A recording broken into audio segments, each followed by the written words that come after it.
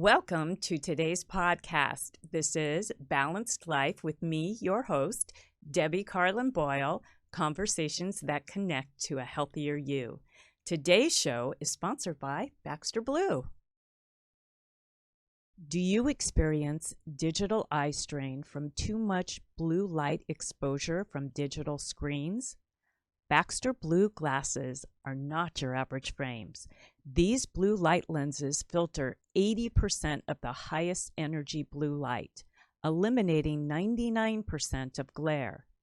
The past year, we've all been glued to our devices more than ever, and never did I think, as a health and fitness professional, would I be overexposed, but now all of my sessions are on Zoom.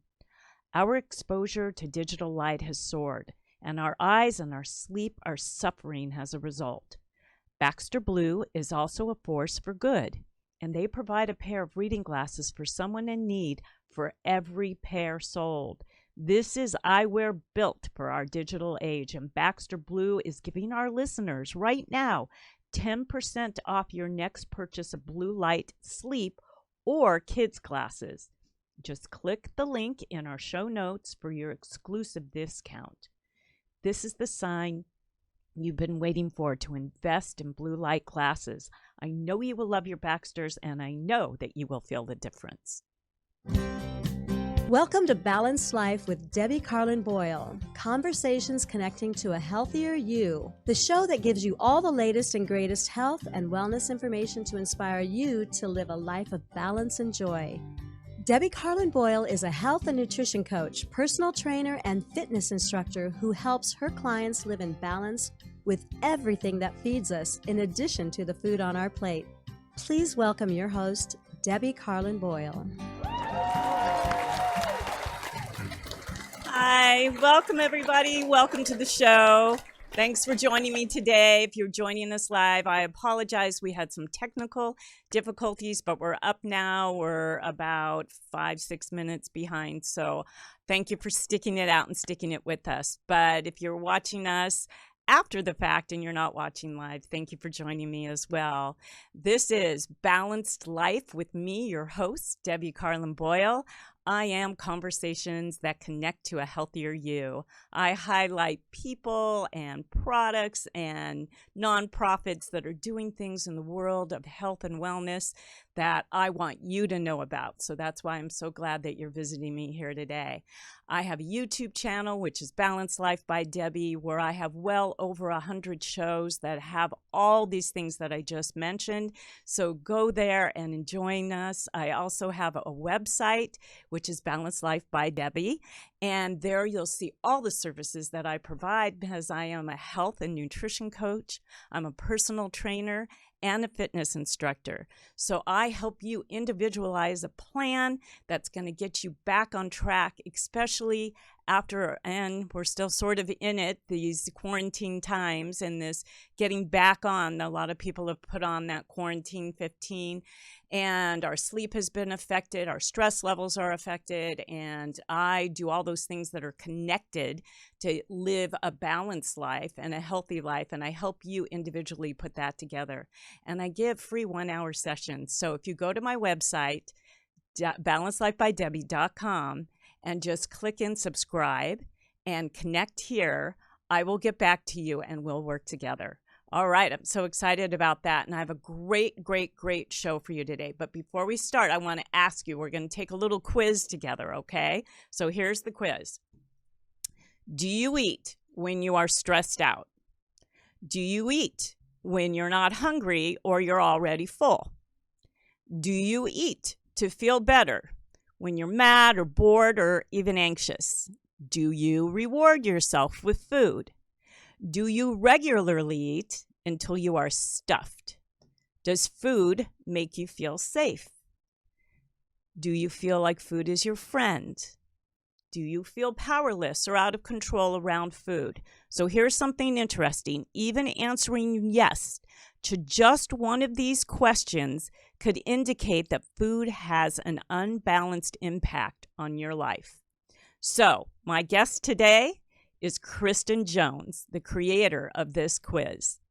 Kristin is the owner of Kristin Jones Coaching, where she specializes in helping women address and manage issues with emotional eating and helps them to develop a healthy relationship with food that doesn't involve counting calories or ever dieting again. Yes, I said it. No more diets, people.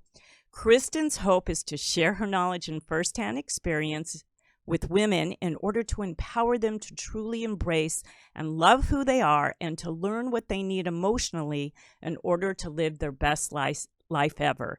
Today, Kristin is going to help us understand what emotional eating is, where it originates, and what you can do to overcome it. So please welcome my guest to the show, Kristin Jones.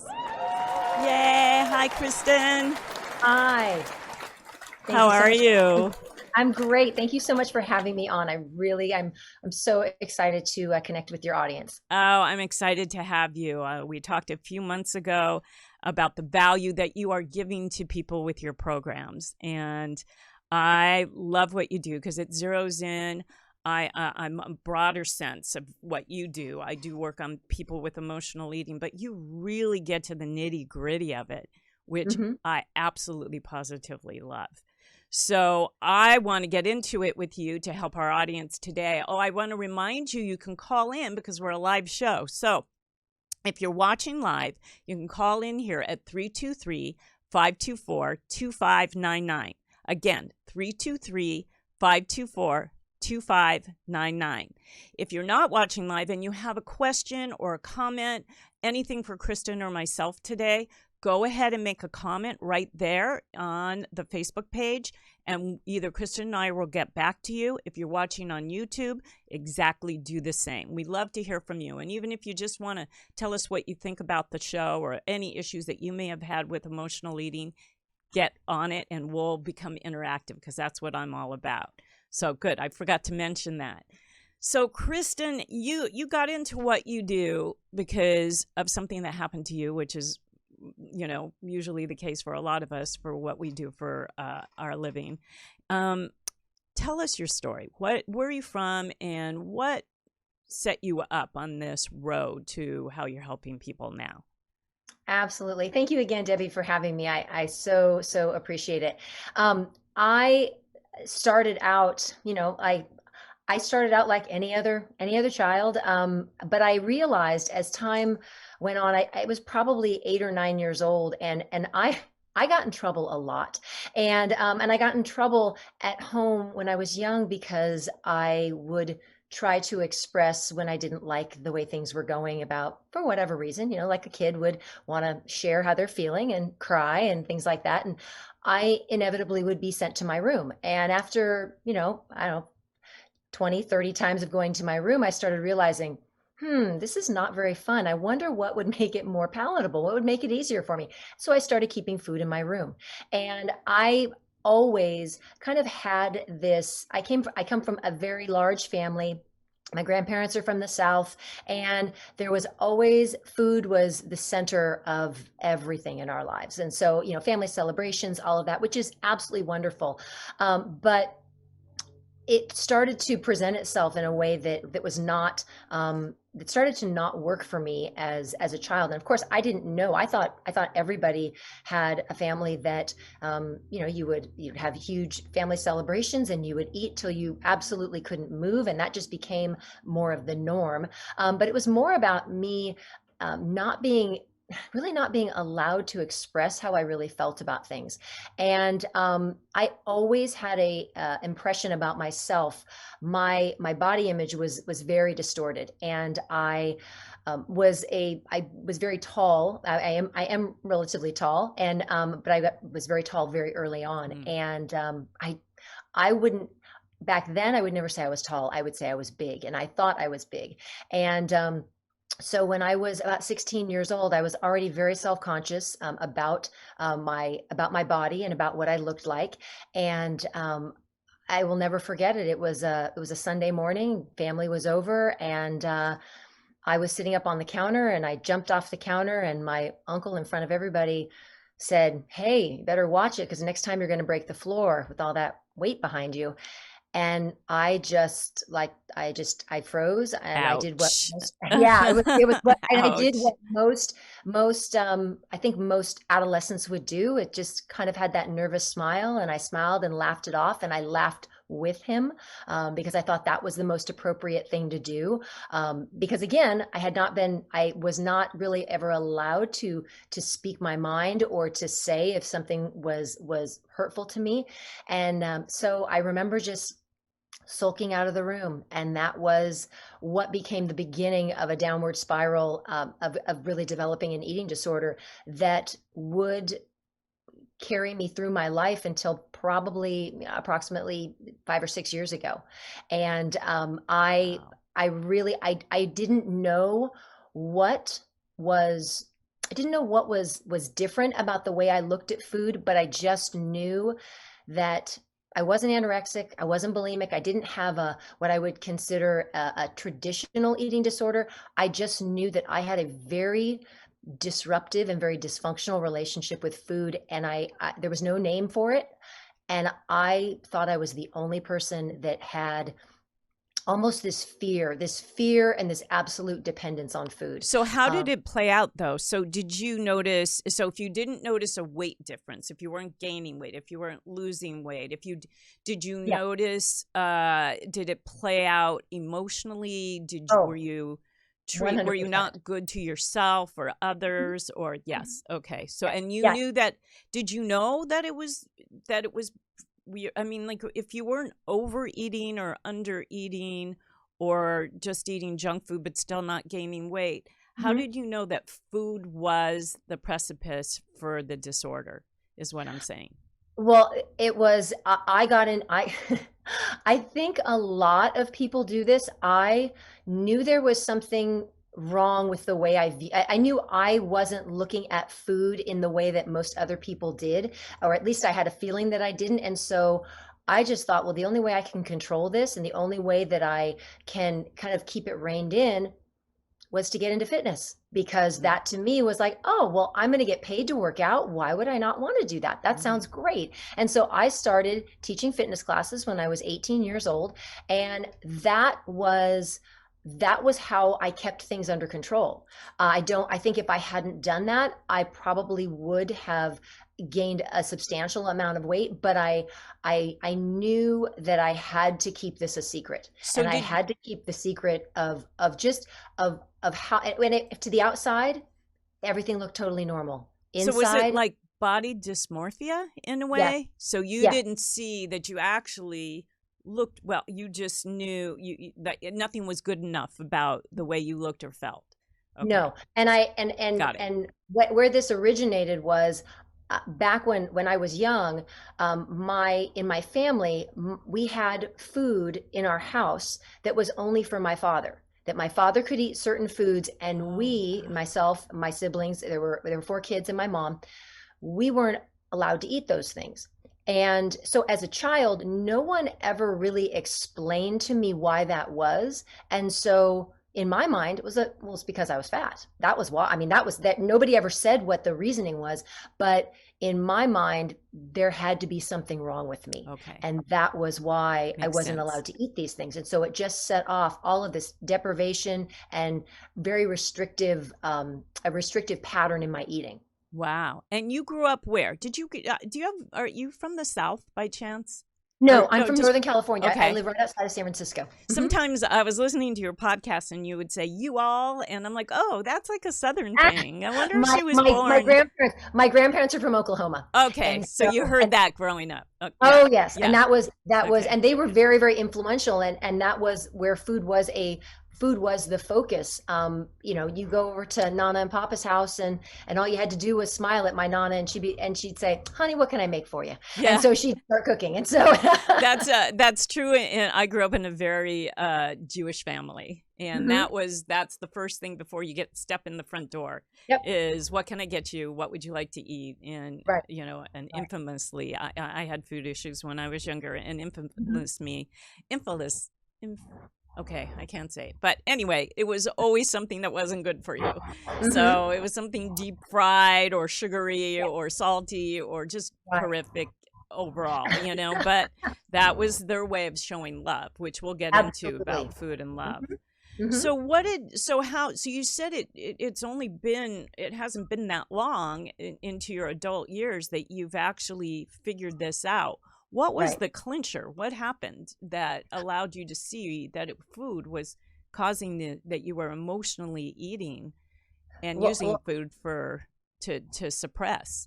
right. I actually really discovered that there was a pretty major issue back when I was probably in my mid 30s, but it took me almost 15 or 16 years, three bouts of therapy to realize that I was addressing the wrong thing. And I kept looking for the next diet, the next thing that was going to get me to where I wanted to be and what was going to make me happy. And I didn't realize that what I wasn't looking at was what was going on inside me. And so I ended up starting to work with a life coach over some money issues. And so we started working together and we started addressing some issues that I had with money. And as we were doing them and we were looking back into my childhood and about the limiting beliefs that I was given in regards to money. And then as I was going through this, all of a sudden it dawned on me, oh my gosh, I could totally use this to address, because as I was working with my life coach, I realized, oh, this is not just exclusive to money. I think this has everything to do with my weight as well, and how I view myself and the beliefs that I've been given about myself. And so I basically took what I did with my life coach, and I kind of just tweaked it a little bit and started using it on myself to address my issues with food. And then eventually I became a life coach as well, because I was so inspired by what I had been shown and the work that I had been able to do with this particular coach. That was just, it changed my life. And how it worked for you, which is such Right. a Mhm. great thing, because when something works for you, Right. if you dig deeper into it, it could work for others too, and how you could Ab- be of service to them. We're going mhm. to take our first quick break from one of my sponsors, and we're going to come right back, and we're going to dig into all the elements of emotional eating and what it is, why it is, what can be done about it, and your programs and all of that. We'll be right back. I want to share with you a product I've been using for the last month, known as the most powerful antioxidant on earth. It's called My Vital C. My Vital C will not only help you feel healthier, but research shows it will aid in a longer life. And since using My Vital C, here are the things that I noticed: that I have no more restless sleep. It's so much easier now for me to fall asleep. And as you know, sleep is a great immune system booster. I'm also supporting my immune system with antiviral and antibacterial properties, and not to mention the high levels of antioxidants I'm receiving. So the bottom line here is I simply feel better. And now I'm recommending My Vital C to all my clients, my friends, and my family. To order this life-changing product, go to the link myvitalc.com/balance life. Make sure you take advantage of the 25% discount on subscription. You can cancel at any time. Use the coupon Balance Life for an additional $15 off your first order. Go to myvitalc.com/balance life and check out this life-changing product right now. All right, we're back. We're back. All right, so we're going to get into this nitty-gritty about food and emotional eating. So, is emotional eating about food? What is emotional eating? Well, I will tell you the theme and the constant mantra in my Facebook group is, it's not about the food, and that is really what emotional eating really. Food is just the vehicle. It's what we call it's the buffer that people use in order to deal with and address issues and feelings. It's really all about feelings. It's about the feelings that we have as humans. Most people don't understand that life is made up 50% positive emotion, 50% negative emotion. And if we're constantly trying to avoid the negative emotion, we can't do that unless we somehow make ourselves feel better in the process. And so instead of just being okay with being, having negative emotion, we want to cover that up. We want to push it away. We want to dismiss it, and we want to avoid it. And so what better way to avoid it than with food? Now, some people use food. I never drank. I never used any sort of drugs, but drugs, alcohol, gambling, sex, pornography, shopping, any of those things are addictions. Any addictions can be used as buffers to avoid the emotions that we don't want to feel. Right. And so it's like a mask or something. Like we're just glossing over it. We kind of go back to what we've learned, and we're going to talk deeper about this, but what we've learned in our childhood is safe, what we think is safe, because food is generally used for rewards and celebrations. Mhm. So let's just go back to what, rather than have a fear of taking a step forward, because fear is always a little fear is good. Every day you should have a little bit of fear and try something that gets you out of your comfort zone. But rather than do that, just push back, and food will heal you, not heal you, but soothe you. Absolutely. Yeah. I get it. So it's a temporary fix, but unfortunately, it for most people, if people are doing it on a regular basis, it doesn't become a temporary fix. It becomes a permanent fix, because then they're carrying around extra weight that they are using as, in some cases, people use that weight as protection. But most people really unintentionally find themselves most of the time with, anywhere from 10, 15, 20, 50 pounds more than what they really want to have on their bodies. Like I said, I was not one of those people, just because I had just what I would consider crazy compensation skills. And I got into fitness because, and I almost think there was at a very deep level, it was to protect myself, and it was to cover up so nobody would know what was really going on inside of me. And I think that's where I really realized that I could not help people with being as healthy as they wanted to be if I was only going to address the physical. And I knew I had to, that this was so much more than it was so much more and so much deeper than just what I was eating and how much I weighed. This got back to my core beliefs about myself and about my worthiness and my value as a person. And I knew that if that was happening with me, I knew it was going to be happening with other people as well. So, this quiz that I gave at the top of the show is your quiz. It's on your website.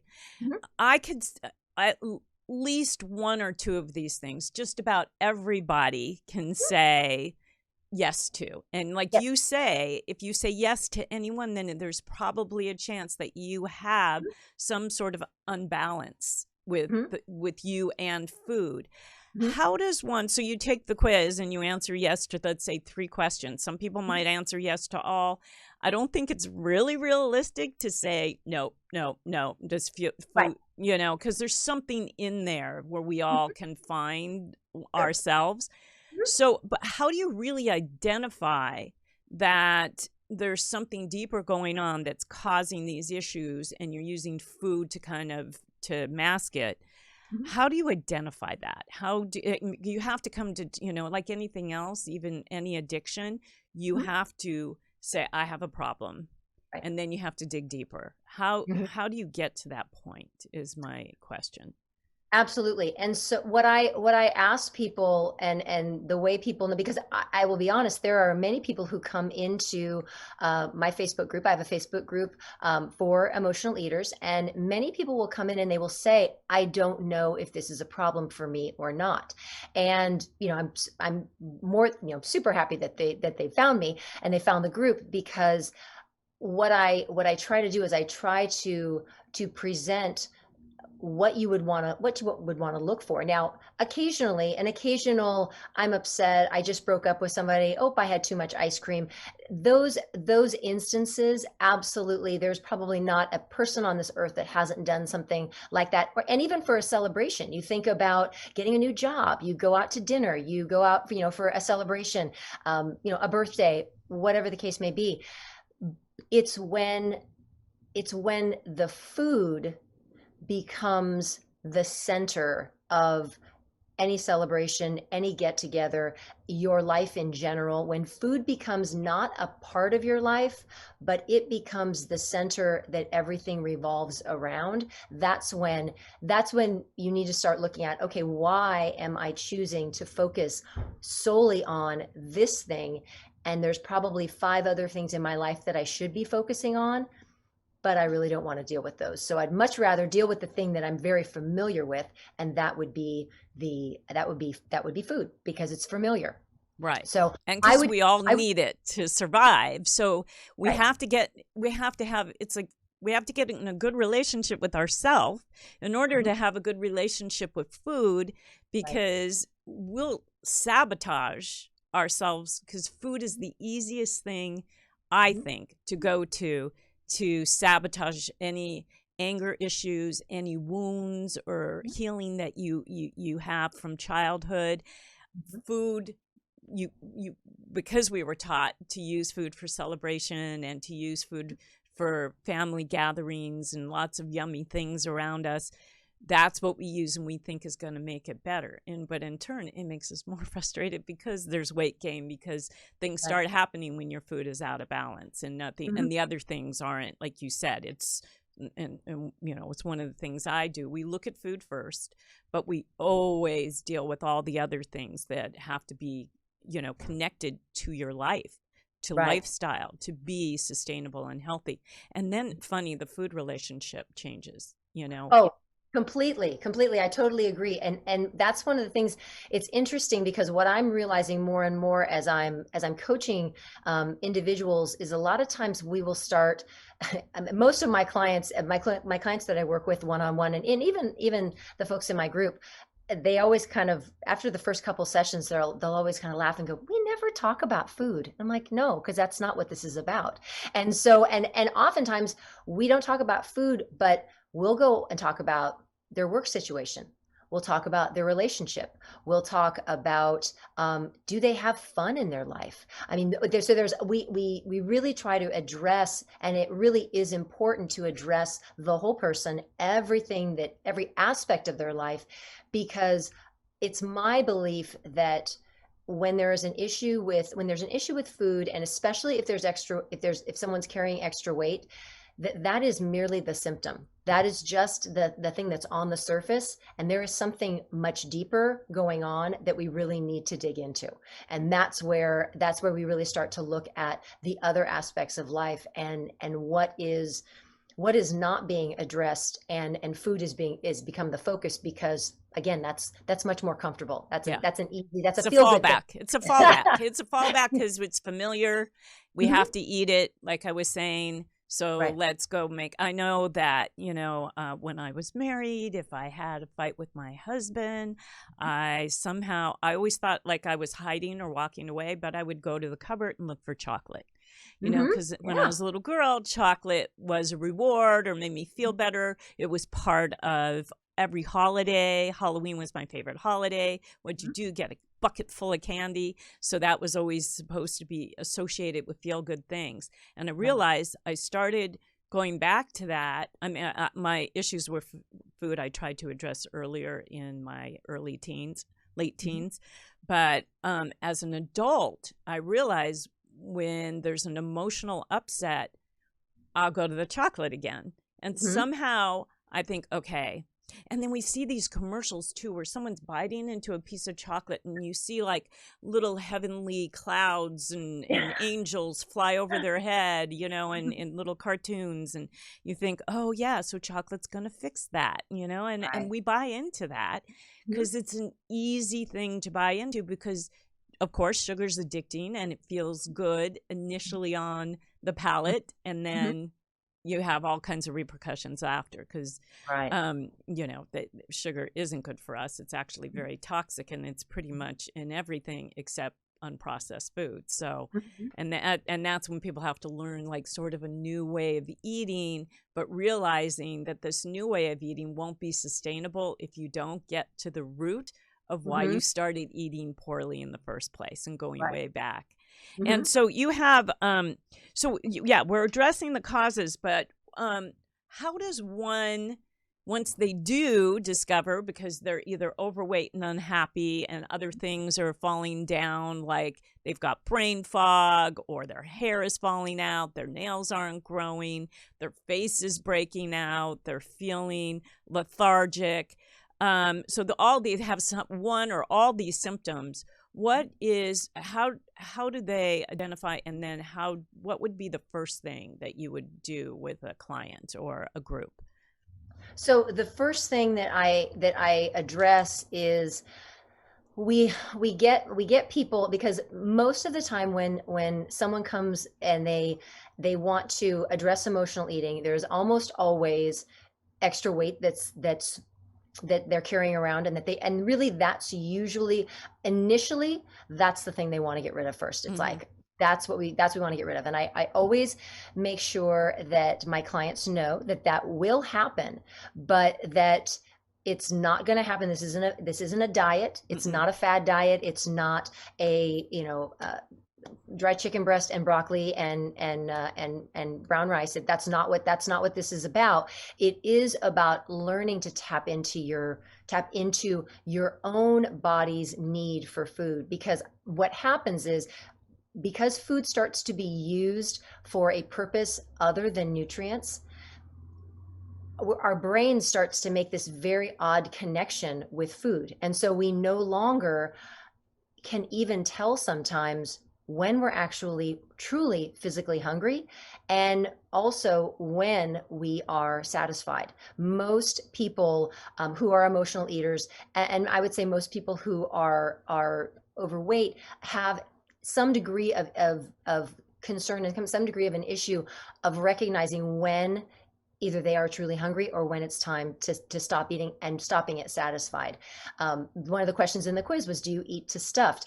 I've had a lot of clients say, I don't remember the last time I ever stopped a meal and either left something on my plate or stopped and I actually felt comfortable. Like I actually felt like, oh, if I had to run someplace, I could run and not get a cramp. Because that we end up getting, kind of out of balance with our own bodies. And so initially, that's one of the things I start my clients off with, is something very, very basic. I just ask them to have 3 meals a day, and I don't tell them anything. I don't have to change a thing, but I ask them to eat 3 meals a day with no snacking in between. And I ask them to listen to their bodies, and I teach them how to eat slowly and pay attention to their bodies. And we have to just get them to start to change their relationship with food. And so we try to get it back to, this is about nutrients. This is about you being able to have enough nutrients to be able to get through to your next meal, to be able to continue to, if you're injured or if you're sick, to heal yourself, all of those things. And so I really try to focus on just getting back to a very, very basic relationship with food again, where it's now kind of back to, okay, I eat when I'm hungry and I stop when I'm satisfied. And that is oftentimes a very not, I don't want to say challenging, but it takes a lot of thought work, and a lot of changes in how we view food. Yeah. And so we do that. And then a lot of the work that I do is about our thoughts and how our thoughts lead to our feelings lead to our actions. And so one of the things that I'm constantly saying in the group is when we don't feel good about ourselves, we don't make good choices. And so that's when we have a tendency to overeat, to eat too much, right, to eat when we're not hungry, to eat to soothe, because we don't feel good. Right. And sometimes we want to punish ourselves. And Yep. so, yeah, the whole mindfulness situation is huge in my practice as well. And around food especially, but around everything, just around everything. Because again, food sort of sets you up for all the other things that have to come into to be connected to having a joyful, happy, balanced life. And the whole mindfulness, like you just touched on, I think how you eat is important. When you eat is important. How your relationship with other people and what they're eating around you is important, and how I have clients that are like, yeah, but I'm getting made fun of because I get the sauces on the side or the dressings on the side, or I don't, my kids, my sister. It's more their issue. And once people, I think, learn that, we're all individuals and we don't have to fit in every area. In fact, it's better, I talk about this a lot, to fit out, to be you, to be who you are and what you love and what you just because it's a fad or somebody likes it, or the hot chicken wings are in front of you at happy hour and everybody's chomping down. You can set yourself aside from that, and you don't have to set attention to you, because some people don't want to be noticed, and that's another issue that food comes into play with. If I'll just fade in, I'll just fade in with everybody. I kind of won't be standing out. And yet you're doing harm to yourself in the long run, because then you beat yourself up afterwards. That's a big deal, because when you don't eat well and you don't feel well, like you said, when you eat till you get stuffed, you're sitting there, tomorrow I'm going to start this diet, tomorrow this, tomorrow that. You stupid idiot. You start giving yourself that not enough mantras and that you're an idiot and you're calling yourself names. Well, that plays in huge to whether or not you can heal yourself with your relationship with food. And, right. And I would say one of the things that that I really try to emphasize with the people in my group and any of my clients that I work with is we have to value ourselves. That ultimately it always comes back to how we feel about ourselves. And so I never want anyone who I have contact with, I never want anyone to ever think of what they're doing if they're trying to, so many of my clients just will talk about, like, I just want to be healthy. And that sounds so amazing. Simple. Yeah, it is. It's amazing.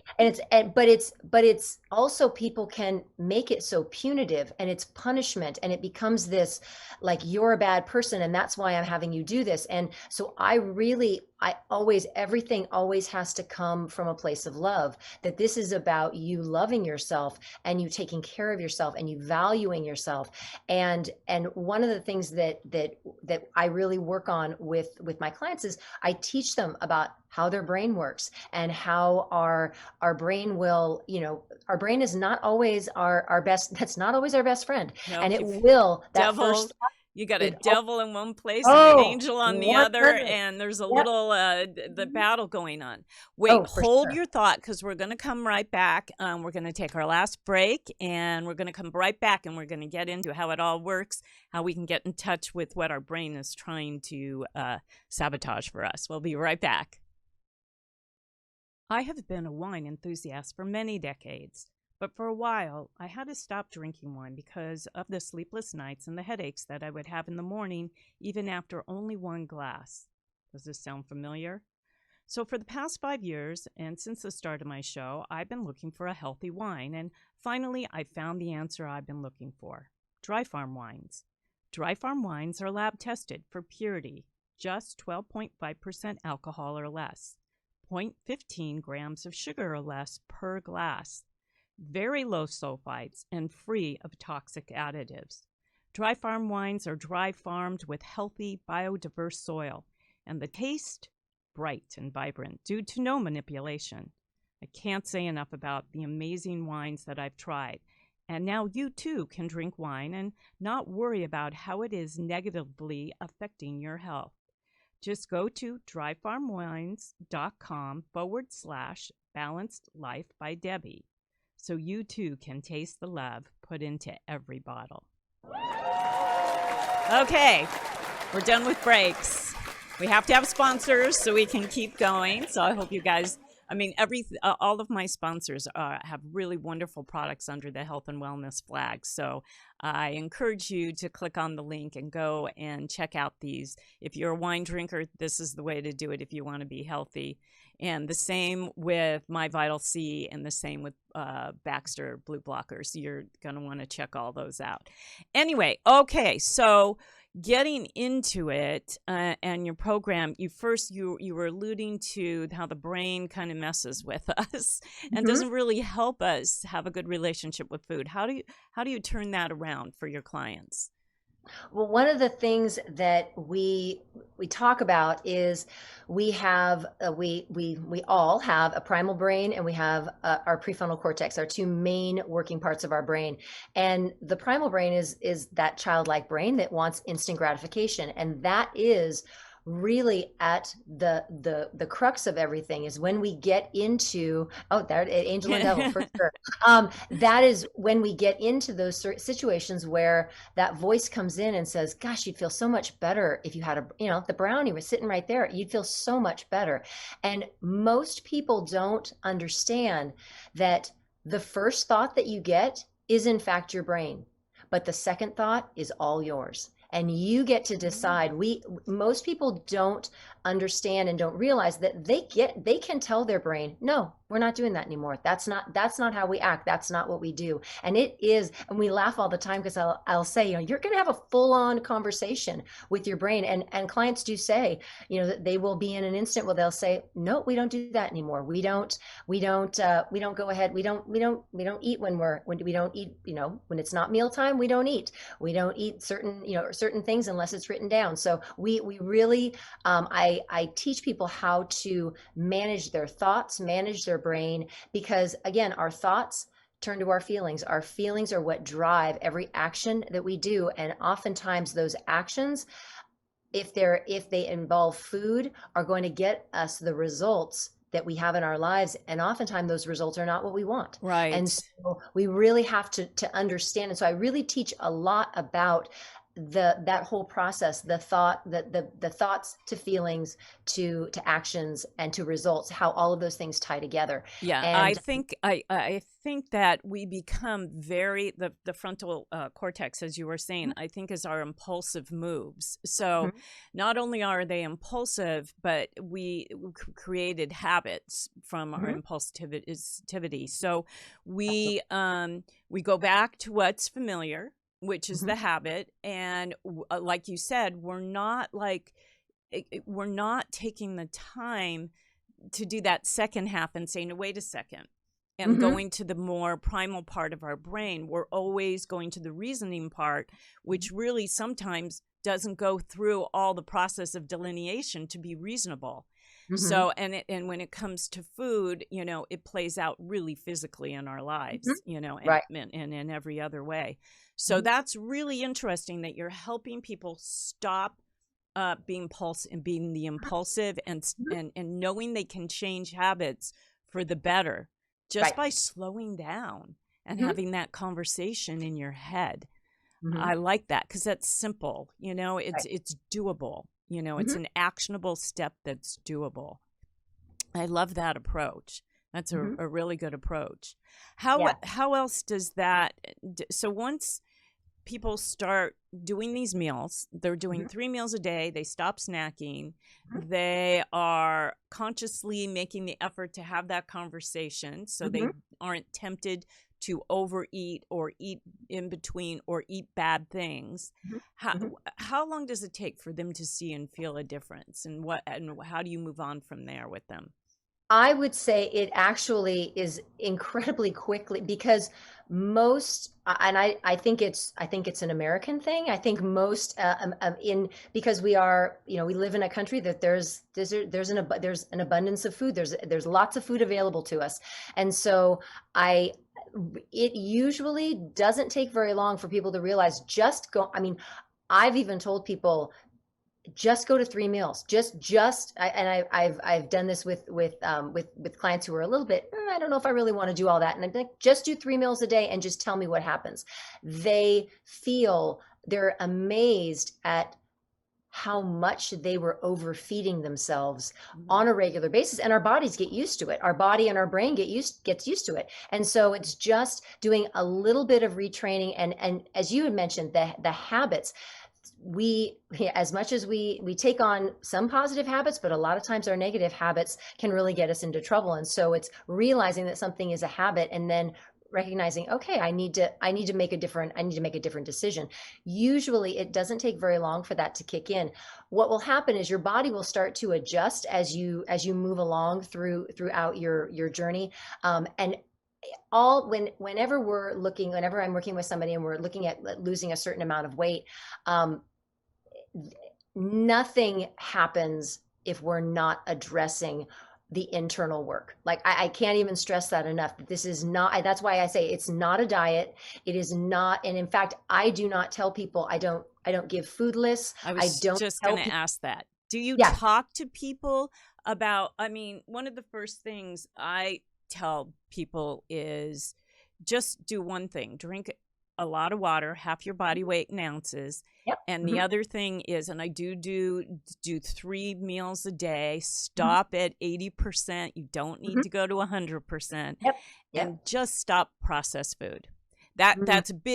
That's a big category, processed food, but just eat unprocessed the best you can. Do you say that to your clients, or are you letting them, I mean, like, they could go to 3 meals a day and be eating McDonald's 3 times a day. Is that And that is, and in the beginning, actually, for most of, and again, for a person who has been an emotional eater for most of their lives, the restriction and the deprivation definitely kicks off something, and it kicks off a rebellion within them. Because oftentimes people who are eating emotionally are lifelong dieters, and so they are very much in that diet mentality of, I've got to restrict. And then what happens is, I would say there's a very strong parallel between the emotional eaters that I work with and binge eaters, because they restrict really, really severely, and then they completely binge. And so in the beginning, I don't put any restrictions on them at all when it comes to what they eat. I just ask them, as you said, 80%, eat slowly, eat to 80%, 3 meals, no snacking. Now, over time, we start to ask for, I definitely go the James Clear way of just that 1% change. What's a 1% tweak that we can make to what you're eating now? Because they will notice that the scale is going to slow down, that their weight loss is going to slow down. They, over time, because they feel so much better, it almost becomes more of a natural thing for them to then start to make better choices about what they're eating. But I am a believer, just because I know for me, when I am restricted, and because I had deprivation in my childhood of having food kept from me, that sets off a lot of emotional things for me. And so I give my clients that kind of that not, I would say free reign, but I give them the ability to be able to make those decisions. But over time, that actually becomes something that very naturally turns into them making better choices. Yeah. So it definitely is something that as they move through and they move along their weight loss journey, they also realize that your body is going to adapt. And so there are times where you do then have to, and I always will say, what's a 1% change? What's one thing in your diet of what you're eating? What's one thing that you could change that you think would make it just a little bit healthier? And then they start doing those things. And so as time goes on, that is what ends up Smart. transitioning. And then they by nature, because they feel so good. Yeah, that's really, really smart. It's a smart approach. I like it. Mm-hmm. Now, we're getting to the end here. So what I want you to do, you have different programs. You have a Facebook group, both private, I think, and one that's public.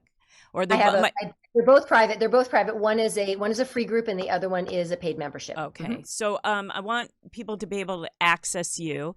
Kristin also has a podcast, which is accessible through many platforms, but on your website. So Kurt is going to put up some of your links right now. But for those that are only listening, if you can say the links in the programs in the next minute or so, that will help people be able to work with you either individually or with any of the programs that you have. So, Absolutely. Absolutely. So the my Facebook group is Breakthrough Emotional Eating, and you can look that up on Facebook under groups, or it's www.facebook.com/groups/food breakthrough. And that actually is the best way to get in contact with me and for us to connect.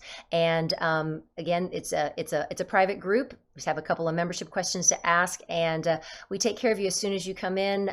You'll have a little welcome video, and it's always I really encourage people to come and be a part of the group. The community is amazing, and that's just it's incredibly supportive. I had no idea that I would ever have a group this size, but there are a lot of people who can connect with the emotional eating and connect with really needing to learn how to figure out how to manage it and how to really live their best lives.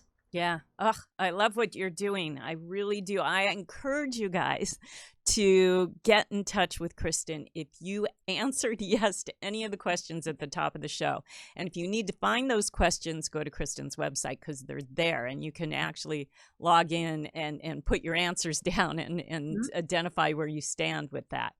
Okay, last thing. I want you to, because we can go on about this for a long time, and we'll bring you back. We'll do a show that piggybacks on this in a few months if you want to. I would love to.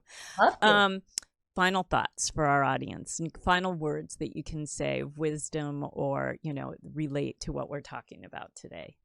Absolutely. I would have to say, for anybody who, if you're listening to this and you're feeling uncomfortable in your body, you're just not in a place that you feel in control of what you're doing around food, around your emotions. One, I want you to know that you're absolutely not alone, that there's lots of help out there. Again, my community is just one of them, but the most important thing to remember is that who you are is perfect exactly the way you are. You don't need to change. You're not broken. We just need to get back. You just need to get back to remembering exactly who you are, the amazing person that you are. And that doesn't change. Sometimes we just get a lot of stuff that gets piled on top of us, but who you are is amazing. And all you need to do is reestablish that relationship with yourself. Come to all things from a place of love, and the food issues can absolutely be dealt with, but we always have to deal with how we feel about ourselves first and those emotions first. And we can do that. Great. And it's amazing. Fantastic. Thank you, Kristin, so much for joining me today. I hope you guys gained a little bit of information, if not a lot of it, because there was a lot to go out. Get a hold of Kristin or myself and we'll help you. More importantly, go to my Facebook page and make a comment, ask a question. We'll get back to you. Or my YouTube channel, Balanced Life by Debbie, will be up on YouTube at the end of the week. I want to thank you, my audience. Thank you, Kristin, for joining us today. I'm going to see you in 2 weeks right here back in this seat with another edition and podcast that is going to help connect to a healthier you. So go out and do that on your own in the meantime. Thanks, everybody. Thank you, Kristin. Thanks again.